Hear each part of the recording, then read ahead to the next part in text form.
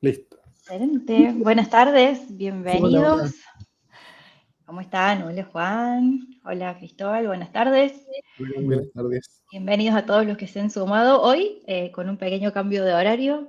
Espero que tengan un cafecito a mano hoy para disfrutar de nuestra edición número 14 ya de esta CRO Talk de la mano de D2B. Soy Candelaria, líder del equipo de CRO dentro de D2B y me acompaña y nos modera como siempre Cristóbal Bello, socio y fundador de D2B. Hola Cris. Hola, Carmen.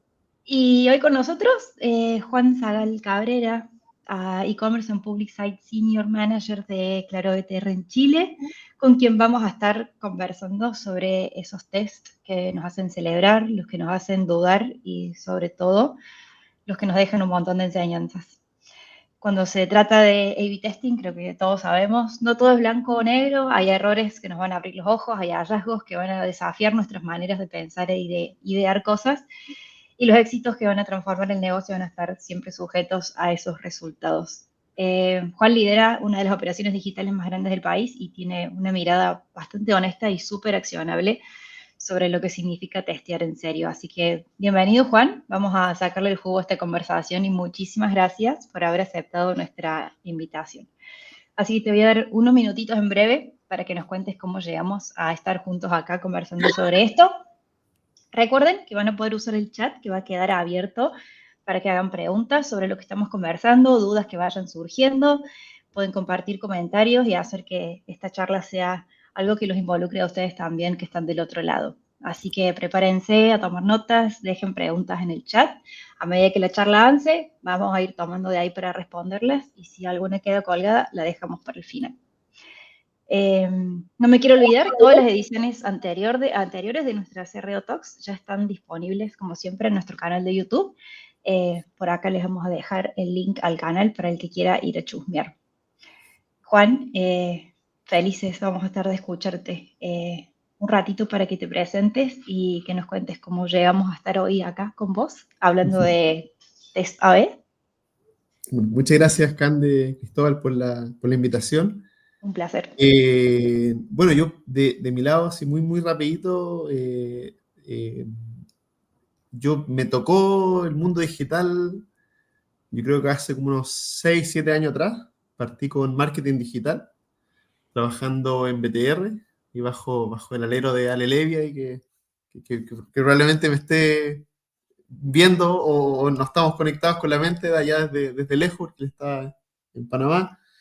Y desde ahí me tocó partir en marketing digital. Yo siempre fui muy entusiasta de los números, me encantan los datos y bueno, en marketing digital hay un mundo de datos para bucear con los datos.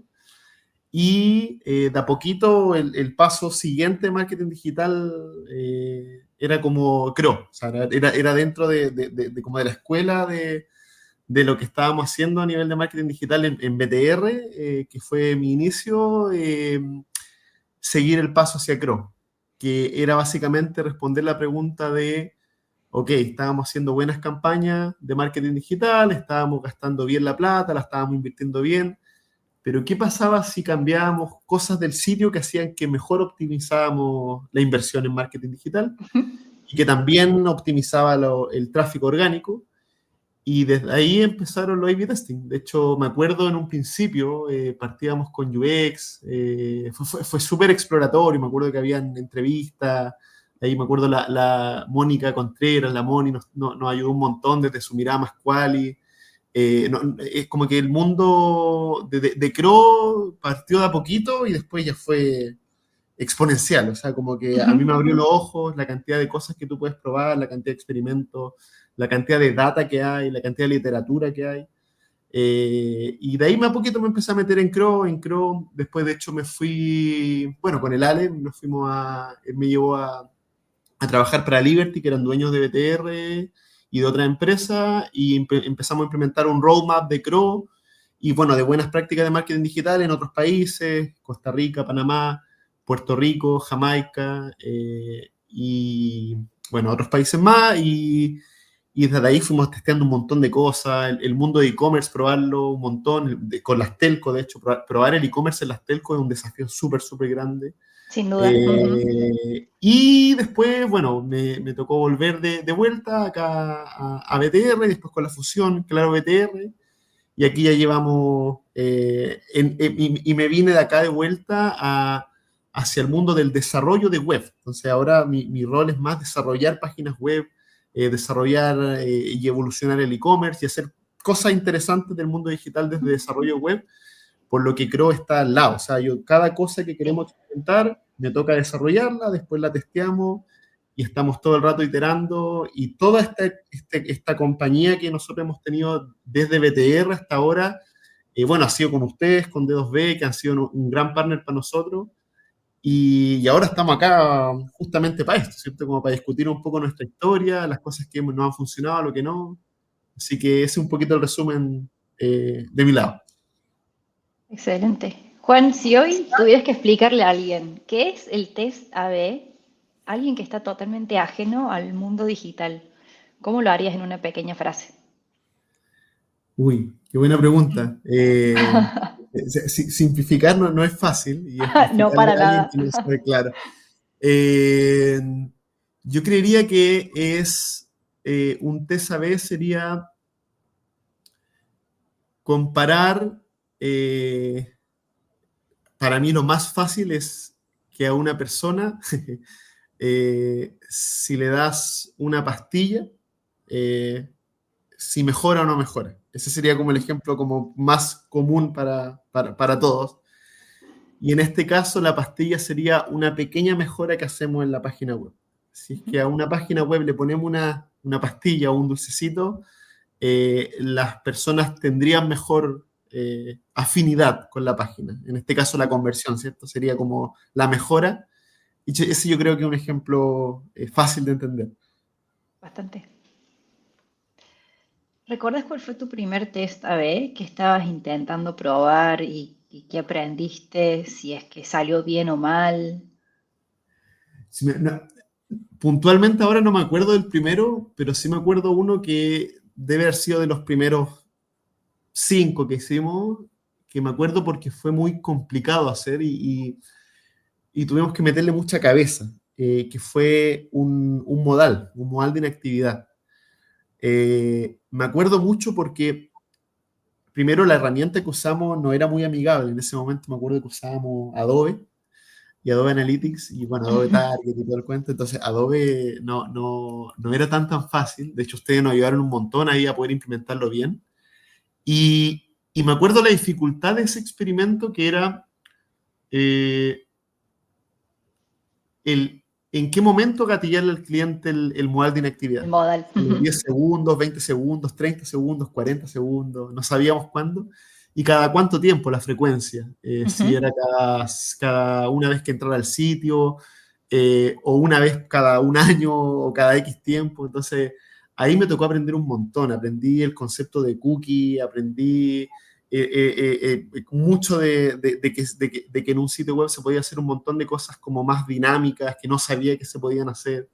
Para mí fue, bueno, fue de los primeros, pero además fue muy complicado, pero aprendimos un montón. O sea, como que todo lo que tenga que ver con el dinamismo de una web es un mundo así muy grande y para mí fue una lección súper enriquecedora. Y más encima fue de los primeros también, así que no, fue una Todo forma por de aprender, ahí introducir. no había opción. Sí. Sí, Y ahí coincido con vos, Juan, cuando uno empieza el proceso de experimentar, es como que es muy simple pensar un test con un componente que ya existe o cambiar algo claro, que ya tengo ahí a la vista. Simplemente es ubicarlo en otro lugar, cambiarle el copy, darle un mejor contraste, una jerarquía más eficiente. Ahora, pensar en un componente que no existe, agregar una funcionalidad, creo que eso implica un proceso, como decías vos, de tener que estudiar y aprender al máximo detalle posible antes de salir a diseñar ese componente nuevo o esa experiencia que queremos presentar. El completamente. desafío se vuelve mucho más grande. Eso teniendo en cuenta que siempre intentamos no demorar la velocidad del ritmo que llevan los experimentos, ¿no? Entonces siempre estamos como corriendo atrás de ese aprendizaje del componente nuevo para ver cuándo podemos probar y que ese ciclo no sea tan lento. Completamente. Sí, de hecho, uno como que piensa que es como que ya, que, compara esto y la verdad que cada cosa tiene sus matices Ujú. tan distintas como que de un experimento puedes sacar 3, 4, 5. Sí, Las variantes sí, pueden ser sí. un montón. Sí, y cosas que uno ni siquiera se imagina, al plantear una funcionalidad nueva puede ser quizás simple desde el front, pero ¿qué pasa en el back? ¿Cómo Claro, le comunico esos datos a otros equipos que tienen que trabajar con esa información nueva que estoy generando? ¿A dónde la mando? ¿Quién la recibe? ¿Cómo se gestiona? ¿Cómo evalúo ese dato nuevo que estoy creando?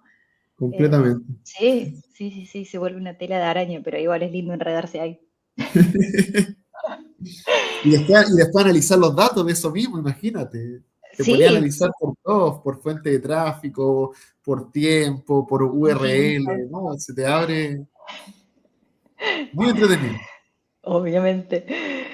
Juan, hablando un poquito de esta historia de cómo y cuándo entra el A/B testing en esta estrategia digital que tienen en Claro BTR en Chile.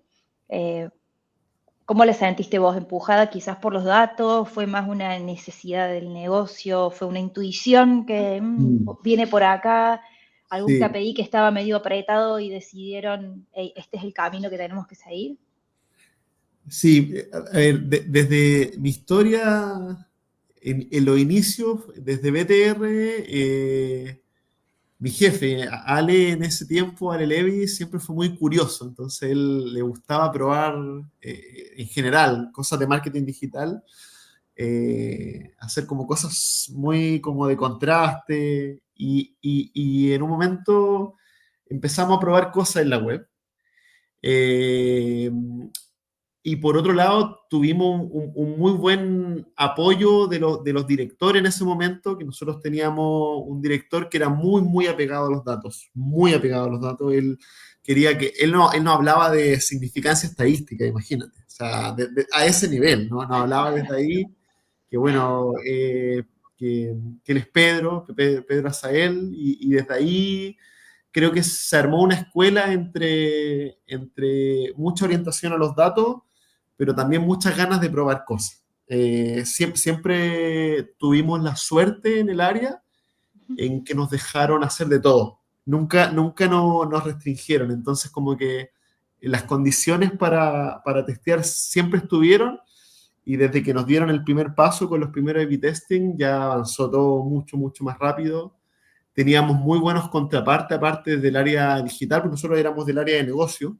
El área de negocio llevaba la parte de la inversión en marketing digital, pero teníamos nuestra contraparte digital que desarrollaba lo que pedíamos, y desde ahí nuestras contrapartes eran muy, muy buenas, que era, bueno, Cristian Mesano, eh, estaba, bueno, no, ahora no me acuerdo, había un contraparte que era muy bueno también, y nos ayudaron siempre también, o sea, como que las condiciones eran muy propicias como para experimentar.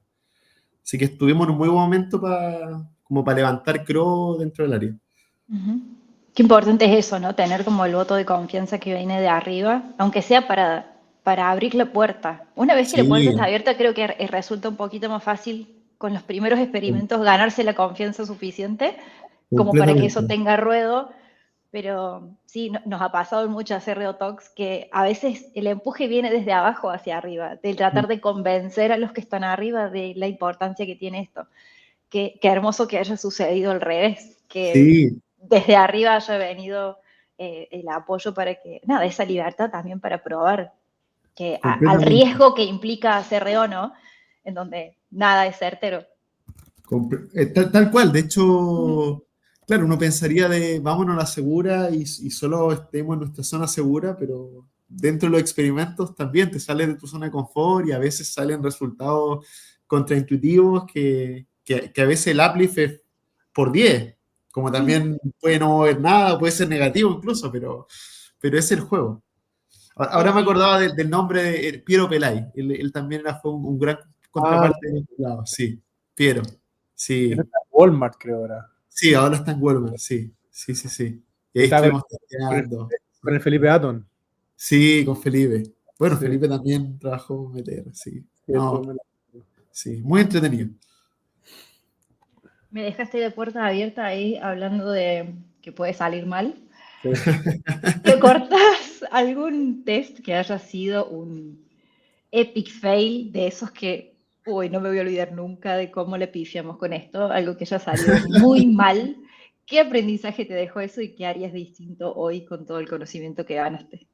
Eh, a ver, recuerdo un experimento, también de los primeros, que fue abrir el canal WhatsApp, me acuerdo.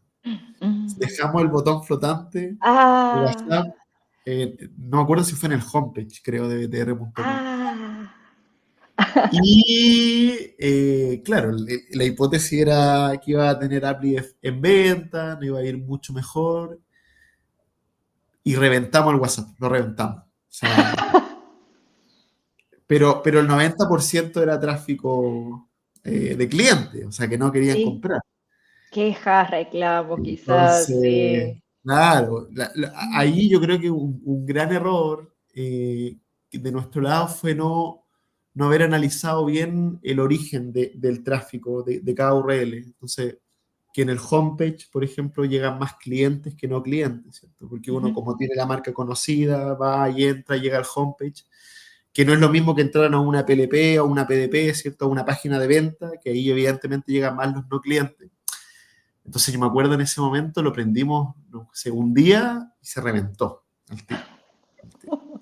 Lo tuvimos que apagar en 2 tiempos. Sí, sí. Por favor, corten con esto. Nosotros estábamos muy felices porque al principio veíamos un montón de conversión. Oye, esta cuestión tiene un montón de conversión. Oye, qué bueno, qué bueno. Después nos avisaban del otro lado que era puro tráfico de clientes, entonces Un no era incendio del muy... otro lado. Claro, claro, claro. Es luego el final del túnel, pero en realidad es un incendio. El happy problem. Habría que ver cómo sacarle provecho, ¿no? Sí. Todos los problemas pueden tener buena solución. Sí, y Juan, de eso, porque se habla mucho como la teoría habla mucho de que un test en el que falla y todo también genera aprendizajes, Ujú. ¿no? De esa situación en particular, como que aprendieron para adelante, para Mm. seguir habilitando el WhatsApp, qué les cambió, qué aprendizaje tuvieron de ese error. Bueno, aunque no lo crea, el WhatsApp en particular lo hemos seguido iterando un montón hacia adelante. De hecho, hasta ahora lo Doy seguimos fe. iterando, porque WhatsApp igual va evolucionando. O sea, WhatsApp está Ujú. sacando cosas nuevas todo el tiempo. Cosas que antes no tenía, o no sé, pues ahora tiene los bots, los árboles, un montón de cuestiones que antes no tenía, que no han ido abriendo las puertas. Pero, por ejemplo, una cosa importante yo creo que aprendimos ahí fue dónde poner un experimento. Porque, o sea, el alcance de un experimento. Porque uno pensaría así como, oye, ya, vamos a testear este cambio, no sé, vamos a poner vamos a poner un banner distinto en una página. Ok, ¿en cuál? ¿Cuál es el alcance? ¿En el homepage, en la PLP, en la PDP? No sé, como que creo que ese experimento en particular nos ayudó mucho como a entender los riesgos de poner un experimento en un lugar que podría tener, como que no estamos seguros si va a funcionar o no, Ujú. mejor tirémoslo para la cola, probemos primero zona segura y después vamos escalando hacia zonas un poco más indecisas, ¿cierto? Que no sabemos hacia dónde va a ir. Con más tráfico, por así decirlo. Claro, exacto, con más tráfico, que al final, cuando tú tenés mucho tráfico, y ahí es más caos, porque se te mezcla todo, ¿cierto? Se te mezcla Claro, el cliente, el no cliente, el que vino por claro, Google, por Facebook, claro. por todo. Buenísimo. ¿Cuál crees que es el error más común cuando ves que alguien empieza a experimentar o a testear? Eh, ¿Lo ves más del lado de que tienen ideas muy malas o hipótesis mal generadas, se mide mal, Mm. se casan con una hipótesis y no salen de ahí? Eh, yo creo que no hay mala idea. Siempre Ujú, cualquier idea puede funcionar en un lugar en particular. Yo creo que está entre la 2 y la 3 de lo que dijiste. Por un lado, medir mal un experimento y por otro lado, como enamorarse de la hipótesis. ujú, Yo creo que lo primero, que es medir mal un experimento, pasa todo el tiempo.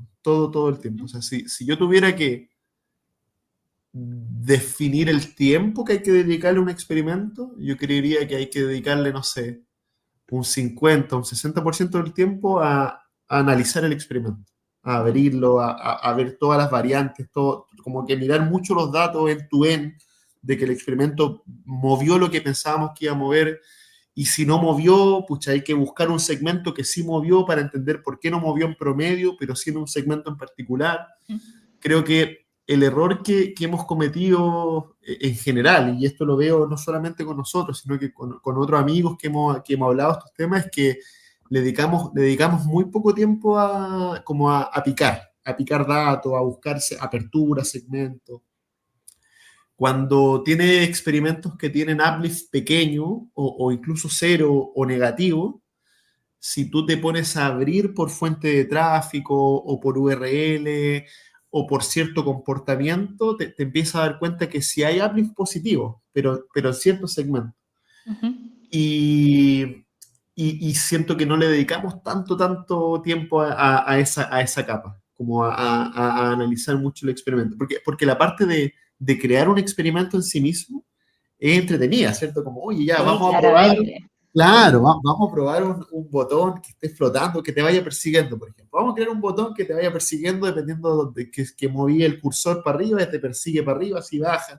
Pucha, entretenido, a nivel de desarrollo es muy entretenido, es visualmente bonito, pero después la otra parte, que es como empezar a analizar el comportamiento, por ejemplo, revisar videos, no sé, revisar el comportamiento, el mapa de calor, esa pega que es como más de QA, nos cuesta más hacerlo. Yo creo que ahí hay mucha pega que nos falta en general, y ahí hay mucho valor para aprender los nuevos insights hacia adelante. Como que eso te encamina a los próximos experimentos.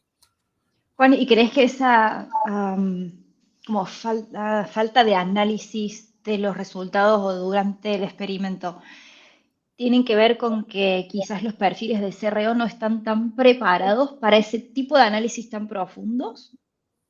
Buena pregunta, buena pregunta.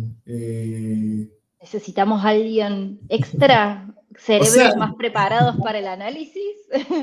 Porque si yo nos creo ponemos que a pensar en no, el rol del CRO, abarca claro. demasiadas disciplinas. Sí, En nuestra completamente. cabeza. O Ujú, sea, el equipo de CRO tiene que ser un equipo potente, ¿cierto? Es un ujú, SWAT team que tiene UX UI, tiene alguien que haga investigación, bueno, que el mismo UX UI puede hacer la investigación, tiene que haber alguien que desarrolle, tiene que haber alguien que maquetee, ¿cierto? La idea, y tiene que tener alguien sí o sí que analice los datos. O sea, si no está esa persona, o sea, si nos quedamos solo con el resultado que te entrega la herramienta de ujú. experimentación, cual sea, ¿cierto? Google Optimize, bueno, Google Optimize, que en paz En paz descanse, pero descanse. las herramientas que tenemos ahora, cual sea, Adobe, bueno, cualquiera, de las 10 20 que hay, eh, si nos quedamos solo con ese resultado que te dice, no sé, un uplift de 5% y nos sacamos la foto, yo creo que estamos perdiendo ahí. Porque si alguien se mete y empieza a abrir eso con más apertura, te vas a encontrar que podría llegar a más valor. Que ese es un poco el paso siguiente al final, que es que en promedio tú no le puedes dar el gusto a todos, básicamente. O sea, en promedio vas a mejorar un poco en promedio, pero si quisieras llegar como al siguiente nivel, ya tendrías como que segmentar un poquito más. Ujú, totalmente de acuerdo. ¿Cómo manejan internamente por ahí temas delicados cuando un test que quieren plantear está desafiando una idea que un stakeholder importante sostiene y yo voy y la refuto con un Sí, experimento? ¿Cómo crees que se da o cómo se da realmente esa conversación? Si es que se da, quizás pedimos perdón sí. y no permiso.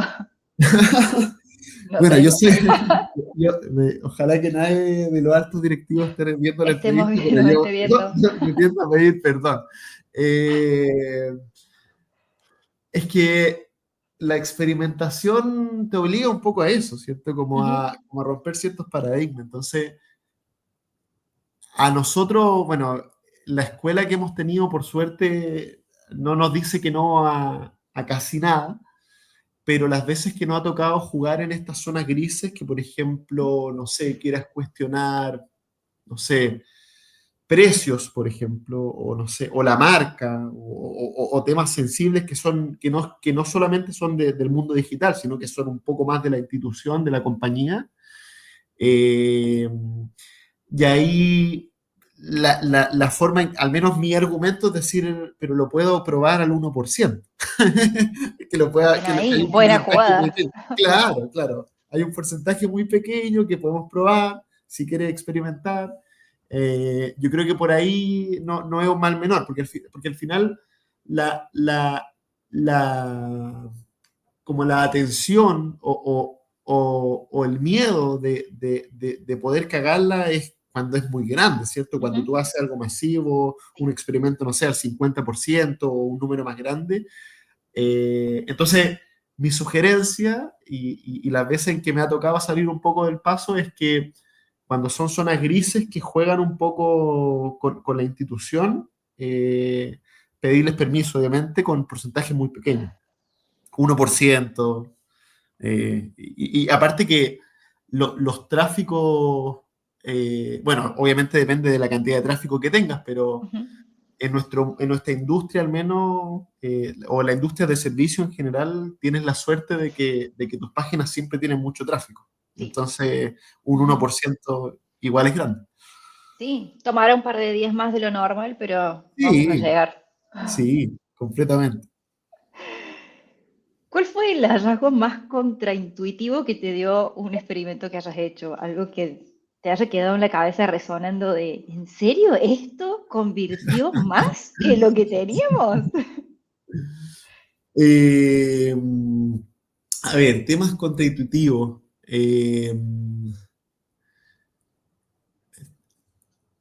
Ahora mismo no, por ejemplo, o sea, esto es un poco más reciente, pero como entender la cantidad de personas que quieren usar el e-commerce, por ejemplo. Ese creo que quizá es un sesgo más mío, pero como que creería de que casi todos quisieran comprar por el e-commerce y pareciera que hay un porcentaje de gente que no quiere todavía comprar por el e-commerce y quiere buscar otros canales como La Voz, canales como, bueno, WhatsApp ahora que está bien, bien Ujú. fuerte. Ese es un experimento que de hecho todavía lo estamos cerrando, pero yo pensaría de que el e-commerce estaba por como canal preferido dentro del mundo digital y pareciera que no tan así. No todavía. Pareciera que todavía nos gusta, al menos en Chile, como esa negociación, que no se da mucho en un e-commerce, ¿cierto? El e-commerce es un poco más fluido, es como una venta mucho más caliente.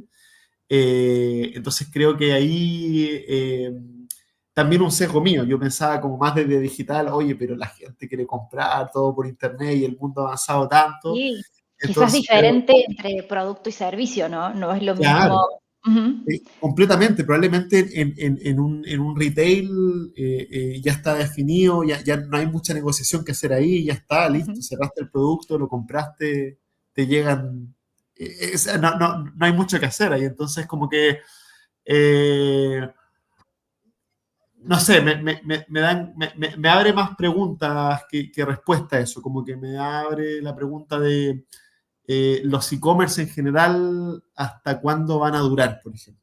Que es una pregunta, ahora con todo esto de la IA que ha avanzado un montón, no sé, como que no sé por qué no, en el mundo, al menos en nuestro mundo de servicios, como que no es tan fácil enganchar los e-commerce. Yo creo que, y eso todavía no lo entiendo bien. Como que yo al menos le Estamos en tengo eso mucha igual. fe. Sí, estamos en eso, estamos tratando de hacer todo que sea más digital. Pero sí, creo que es una pregunta interesante que no la he podido responder bien y que va cambiando con el tiempo. Totalmente. Decías, morirán los e-commerce algún día. ¿Hasta cuándo van a estar vivos? ChatGPT en cualquier momento ya ofrece la posibilidad de comprar por ahí. ¿Para qué voy a Sí, montar un sitio si sí. puedo comprar por ahí? Bueno, Me dicen compara que, distintos, el mismo producto en distintos claro, sí, o sea, sellers. ahora tienen los comparativos, bueno, está todo mucho más avanzado, pero la otra vez leí un post en LinkedIn que decía que el e-commerce, bueno, la IA va a poder comprar en 4 o 5 años más. Claro, voy a tener agentes que compran por ti. Claro, Sí. O Google que quiere que compres desde su página y no te metas en ningún claro, Hay que ver qué sí, pasa. sí. Bueno, ahí de hecho hay un challenge súper grande, cómo la IA juega dentro de todo esto, porque hasta ahora hemos sido nosotros mismos con nuestras propias hipótesis, nuestros propios testeos, pero seguro que si le agregamos un poquito de IA a lo que estamos haciendo, va a cambiar harto. Tal cual. Sí, Totalmente. Si teníamos 100 preguntas, ahora tendríamos 1000. Claro, claro. Sí, Sí. totalmente, sí, totalmente. ahí, Cande, disculpa ahí me voy a entrometer, pero mencionaste un tema Sí. de hipótesis y José Rivas, voy a mostrar la pregunta, comentó esto. Juan, ¿cuál dirías tú que es tu fuente principal de hipótesis, dado que lo mencionaste justo de la IA y todo, para desarrollar un experimento, es decir, de dónde sacar la idea de por qué no probamos X, Y o Z? Buena pregunta. O sea, ¿de dónde nace la hipótesis? Eh, a ver, yo creo que la Uf, principal y la primera son los benchmarks. Esa es como la primera. Oye, ¿por qué esta empresa tiene esto y tú no? Listo. Tenía una hipótesis fácil de implementar. Claro. Y bueno, y para eso no solamente hay que mirar para el lado, sino que hay que mirar mucho más. O sea, hay un mundo, no sé, en el caso de nuestra industria o industrias parecidas, están en todo el mundo. Entonces, como que es fácil buscar una página web en el mundo y encontrar algo interesante que no lo has probado. Yo creo que esa es una buena fuente de hipótesis, los benchmarks, seguro. Y, eh, y lo otro son desde los dolores. Yo creo que desde los cuando tú analizas un funnel de conversión y la cadencia, o sea, la caída entre cada paso, hay cierto paso como que cae mucho más que el resto, eso también te prende mucho la alarma.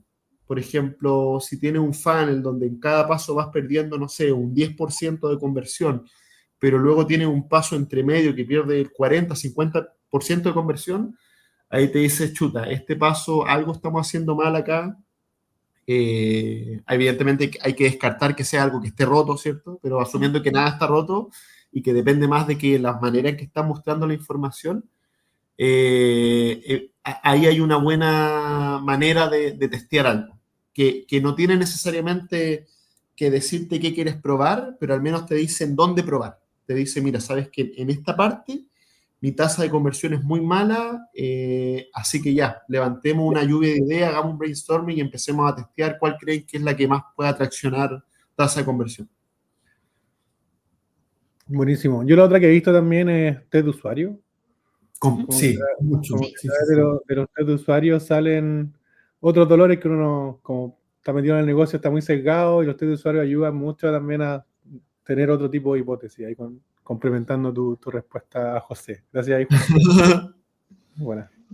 De hecho, en nuestras conversaciones con Juan, llevando adelante las estrategias con Claro BTR, le hemos confesado un montón de veces que parte de los experimentos que montamos los probamos con nuestra familia internamente para ver cómo viene y si se entiende lo que estamos queriendo lograr en la variante. Es mamá, papá, hermanos, pueden probar y contarme cómo lo ven.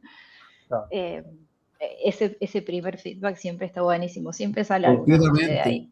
Ujú. No, y te saca un poco del día a día, porque al final Sí, lo que uno planea o se le ocurre siempre está en tu entorno de trabajo con las mismas personas que trabajan el día a día, pero resulta que súper después lo quieres sesgados. testear, claro, con personas de edad distinta, con otros contextos que lo pueden entender completamente distinto. O sea, por ejemplo, en mi industria hay muchos tecnicismos, hay muchas palabras como, no sé, SIM, streaming, 5G, que alguien en abstracto quizás no entiende. Entonces también es bueno salirse un poco de lo que uno está haciendo y mostrárselo a la familia, todo el rato.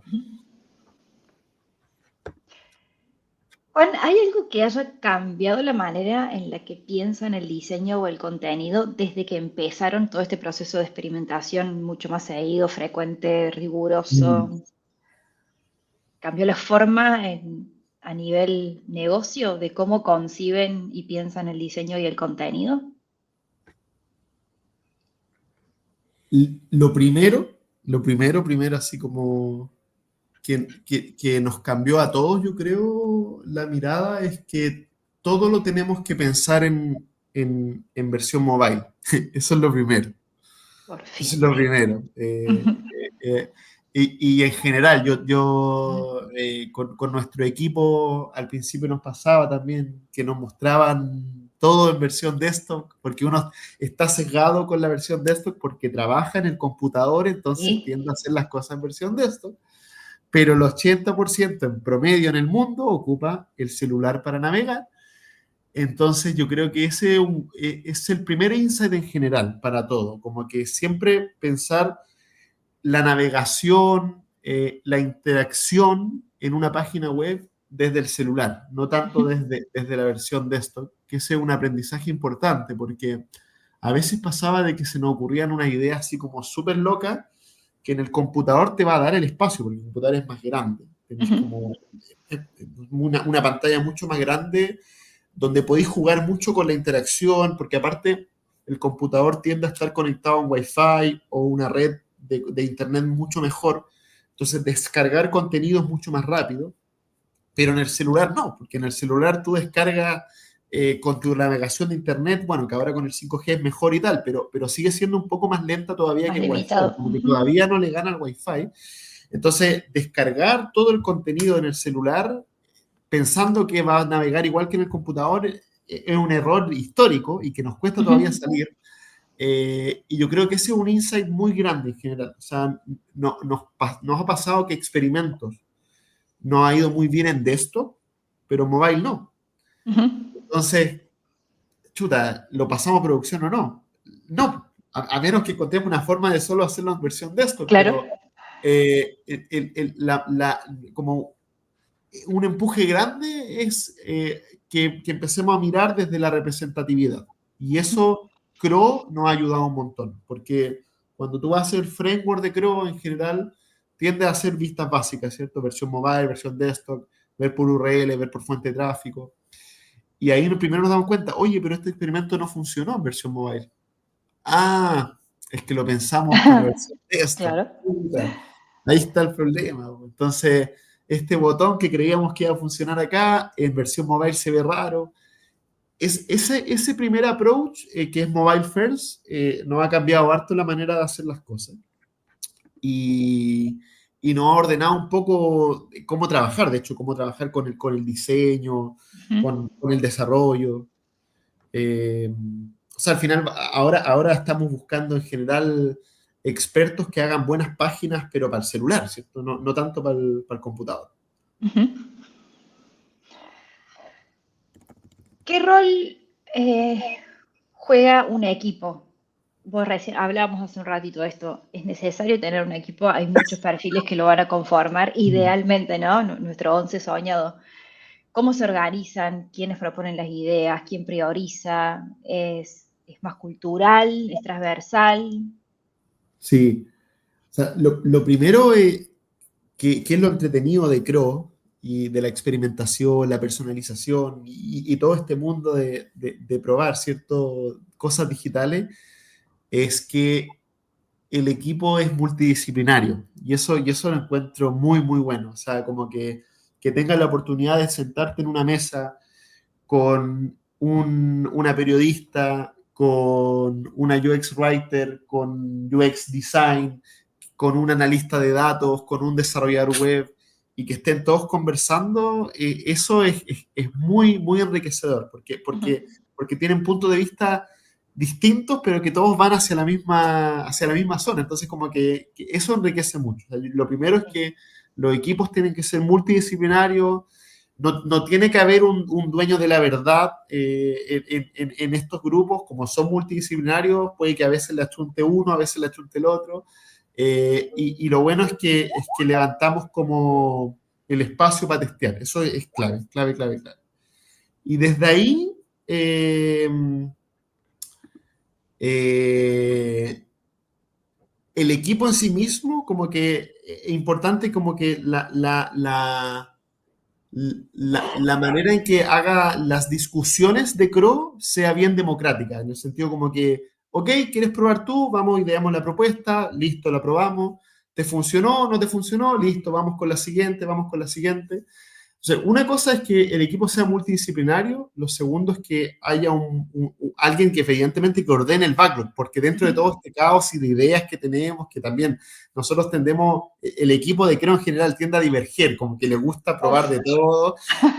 Tiene que haber alguien que corte, ¿cierto? Que diga, oye, está bien, tenemos 150 experimentos en el backlog, evidentemente no lo podemos hacer todo, el equipo de desarrollo está trabajando a 100 por hora, no va a sacar más de 5 o 6 al mes, así que ordenemos. Entonces, tiene que haber alguien que ordene el backlog, tiene que haber algún PM o lo que sea, y desde ahí empezamos a orquestar mucho mejor. Recién mencionaste 5 o 6 experimentos por mes. Eh, ¿Cómo ves esa métrica? ¿Por encima de la media, en la media? Hablando del nivel de madurez quizás en LATAM para los que ejercemos CRO o las empresas que tienen CRO dentro. ¿5 o 6 Eh, experimentos es ambicioso o no? Esa tiene que ver un poco con la madurez, ¿cierto? Como que al principio, igual el tamaño del equipo que está dedicado a esto y con la madurez del equipo, pero un buen número, no sé, estoy súper en abstracto igual, dependiendo de las variables y tal, 4 experimentos al mes anda re bien. O sea, como que... y si en un experimento puedes meter 2 o 3 variantes, mucho mejor. Como que hace que fluya mejor el trabajo. Y también la idea es ir limpiando el backlog, porque si no se te llena mucho, empezáis a probar muchas cosas.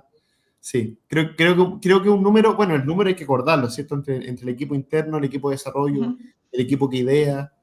ujú. Sí, pero yo creo que 4 experimentos al mes es un buen número. Es un buen número. Y Sí, o sea, uno parte con 1 al mes, 2 al mes, pero 4 creo que es Sería lo alcanzable ideal. para todos. y ustedes han ido transicionando un poco en eso. Empezaron, recuerdo, Sí, con uno y después queríamos dos y así van sumando. Eso también habla de la Sí. madurez. Hay un estudio de una consultora española que salió del año pasado sobre el 2023, que al menos en Europa el promedio de las empresas era de 2 al mes. Mm, Ujú. El número, dejando de lado a estas grandes empresas, Microsoft o Duolingo, que testean como locos, pero como el promedio era 2 al mes, ¿no? Entonces, de hecho, yo cuando vi eso y recordé un poco el nivel de BTR, fue como, ya, BTR va bien, como que está Súper bien. Incluso a veces tenemos dos en paralelo claro. corriendo. sí, sí, sí, sí. Ojo. Sí. Bueno, nosotros tenemos harto que probar, así que... No, pero qué loco que quedó al mes promedio. O Sí, sea, a mí me calzaba yo también igual. tenía ese número. Ujú. Que igual no es un mal número, porque hacía un experimento cada 2 semanas, le dedicáis un buen ciclo de vida al experimento, tomáis tiempo para analizarlo. No me Claro. parece un mal número en promedio. Sí, y ustedes también tienen una ventaja que tienen mucho tráfico. Claro, Entonces, como que la significancia estadística es más rápida de conseguirla, no tenéis que estar con el testeo tanto tiempo. Entonces, mientras el poder estadístico es más gordo. exacto, exacto. Juan, cuando estás haciendo análisis de los experimentos, ¿hay alguna métrica como favorita en el post-test? Y en el caso de que elijas una, ¿por qué es esa? Para mí, siempre el primer, bueno, en todo el mundo de la experimentación tienes KPIs primario y KPIs secundario, ¿cierto? Que el KPI primario es el primero que tú afectas, y después tiene los secundarios que pueden mover hacia adelante, hacia detrás, el experimento. Pero para mí el principal KPI, o sea, tiene que ser el primario, que en este caso el más típico es la tasa de conversión. Pero claro, la tasa de conversión es un concepto abstracto porque básicamente es una acción sobre otra. Eh, y al final creo que es importante que nos hagamos cargo como de la responsabilidad de un experimento, como que por ejemplo, creaste, no sé, un componente nuevo en una página web que hizo que la gente hiciera más clic. Entonces, evidentemente, eso hizo que aumentaran los clics sobre las sesiones, que eso es una tasa de conversión, ¿cierto? Que es clic sobre sesiones o sobre usuarios. Pero a lo mejor esos clics eran fake clics y eran, no sé, por ejemplo, tú estabas llamando una promoción que era, no sé, que se acabó rápido. Entonces, hay muchos clics que no pudieron consultar. Entonces, si tú la mides end-to-end y ves como la venta real sobre las sesiones, esa tasa en realidad no cambió mucho. Entonces, uno podría argumentar, oye, yo moví mucho mi KPI principal, que era en este caso clic sobre sesiones, pero al final el KPI de negocio, que era traccionar un poco más la venta, no subió. Entonces, la manera como que creo yo que engloba bien un experimento en general y que lo resume es que esto, bueno, mi jefe, este es un concepto que él lo inventó, que a mí me encanta, que aquí le mando un saludo a Mati, que es la tasa de extracción, que para mí es un concepto muy bueno, que básicamente es como cuánto extraes finalmente de lo que hiciste. Que la extracción puede ser venta, puede ser, bueno, el objetivo que sea, ¿cierto? Pero, y que está mirado sobre tu KPI real de negocio sobre el tráfico. Y que es un KPI chiquitito, no sé, 0,03%, 0,02%, pero las variantes entre ellos es lo que llama, es lo que mueve al final. Perfecto. Sí. Que es como una tasa en tu end, ¿cierto? Que es como, no te quedas solo con el KPI principal. Con el KPI principal. Sino que como que trata de ver el experimento como un poquito más grande de lo que uno hace. El viaje entero. Exacto.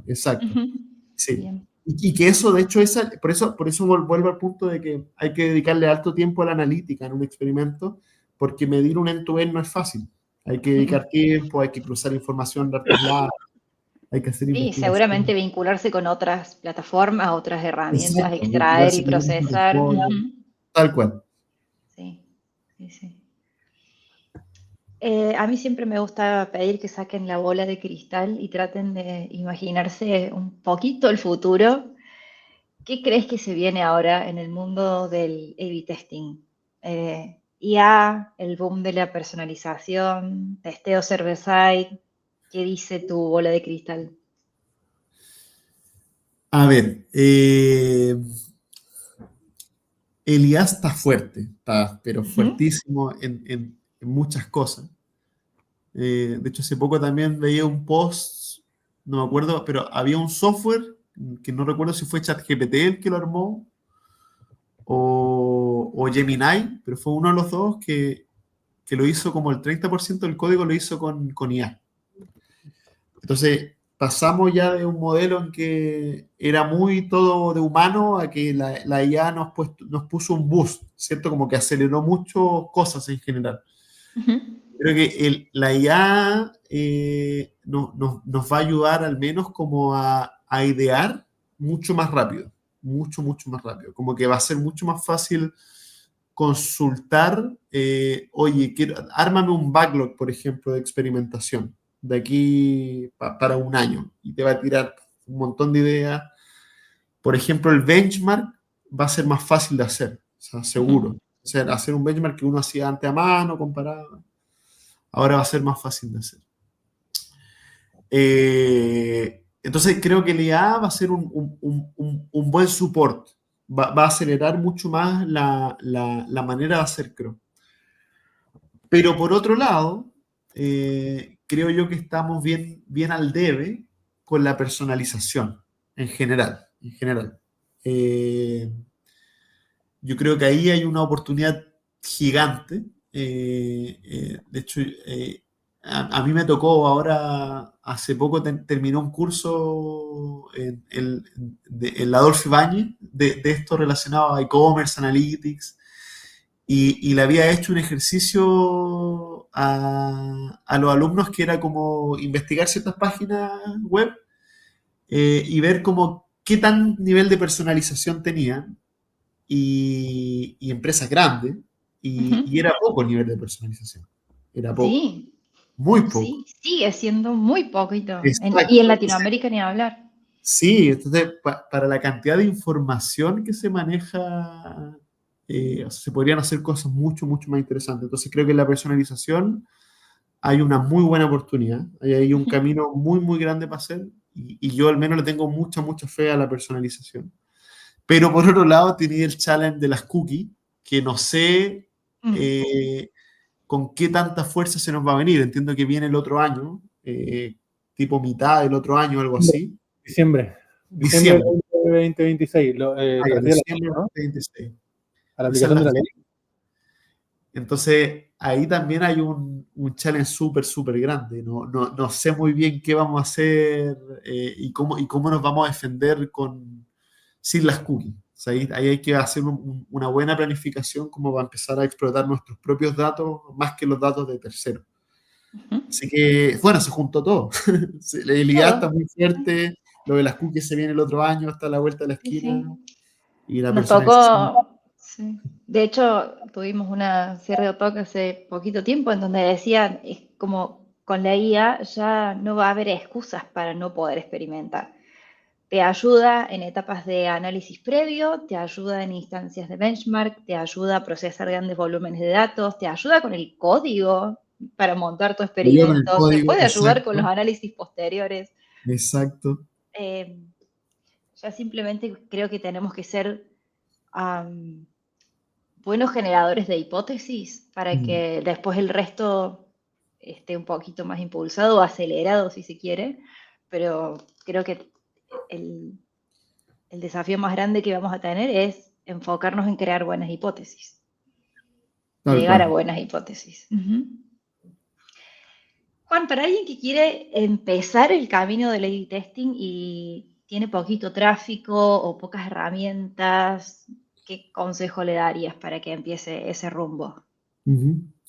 Bueno, cuando hay poco tráfico, lo que dijo Cristóbal es clave. O sea, los test de usuario son muy, muy, bueno, en general los test de usuario son muy representativos, pero para alguien que tiene poco tráfico, le va a ayudar más, yo Ujú. creería. O sea, con 20 personas que le preguntes qué opina de tu sitio en general, yo creo que ahí tienes buen insight de 3 o 4 cosas que puedes cambiar al tiro.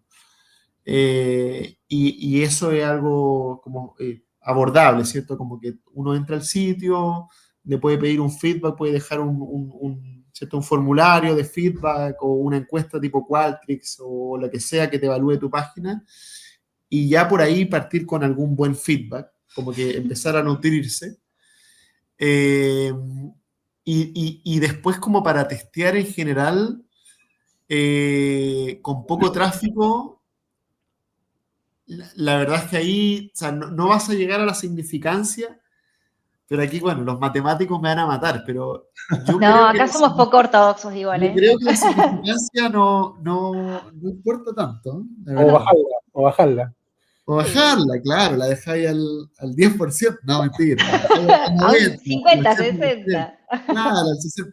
No, pero a ver, si tú tienes una tasa de conversión, o sea, si tú haces un experimento y ves que todos los días el experimento le está ganando al grupo de control, aunque el tráfico sea chico, igual eso es representativo. O sea, si tenéis 7 días que el uplift es de 5 o 10%, pero la suman todavía no llega a la significancia, ya está. O sea, igual lo puedes predecir, ¿no? Si le ganaste los 7 días previos, ¿qué va a ser distinto que el día 8 en adelante no vaya a ganar?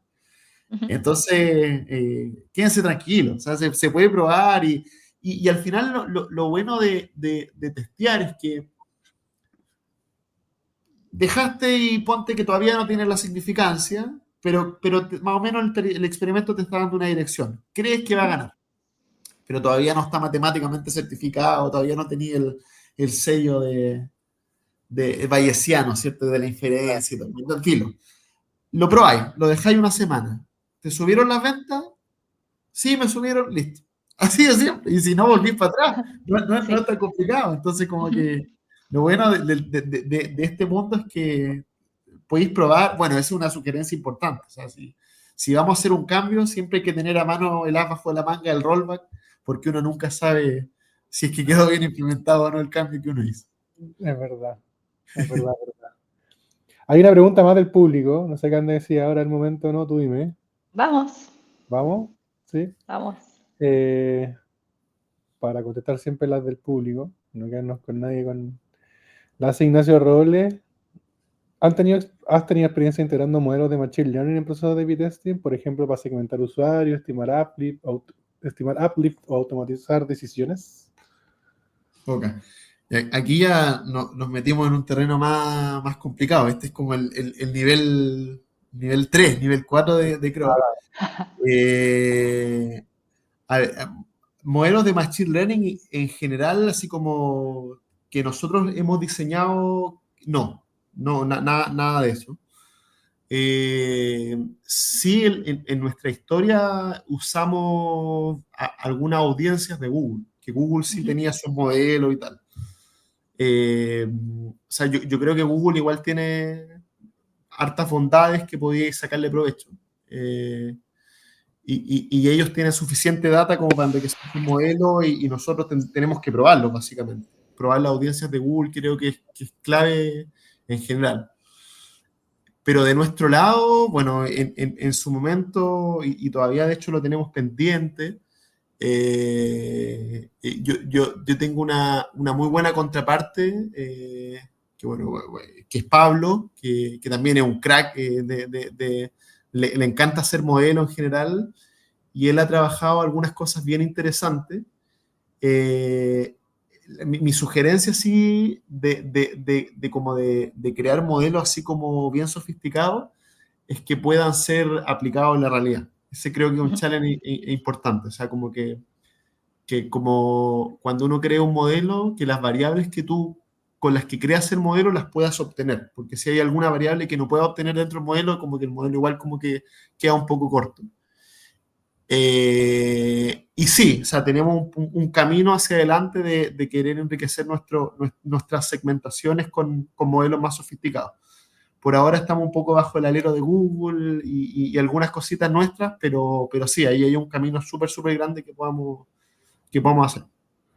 Buenísimo. Gracias, La que nos espera más adelante. Sí, de hecho, se nos viene pegada acá de adelante. Bien, bueno, todos aprenderemos algo nuevo.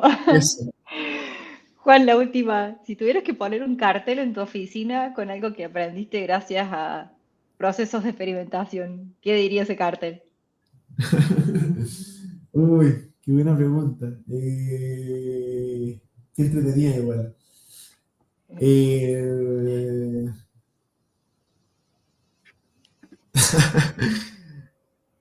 Como que si tienes dudas, pruébalo.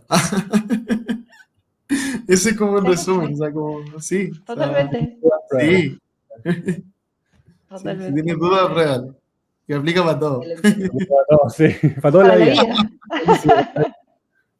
Si alguien también hace una analogía de SRO con la vida misma, así que. Ujú. Buenísimo. Y que no es para temerosos. Eso, sí, todo el rato. Quien tenga miedo a morir, que no nazca. Exacto. Quien tenga miedo a probar, que no nazca. Esa Eso, sería la nuestra. eso. Está buena esa.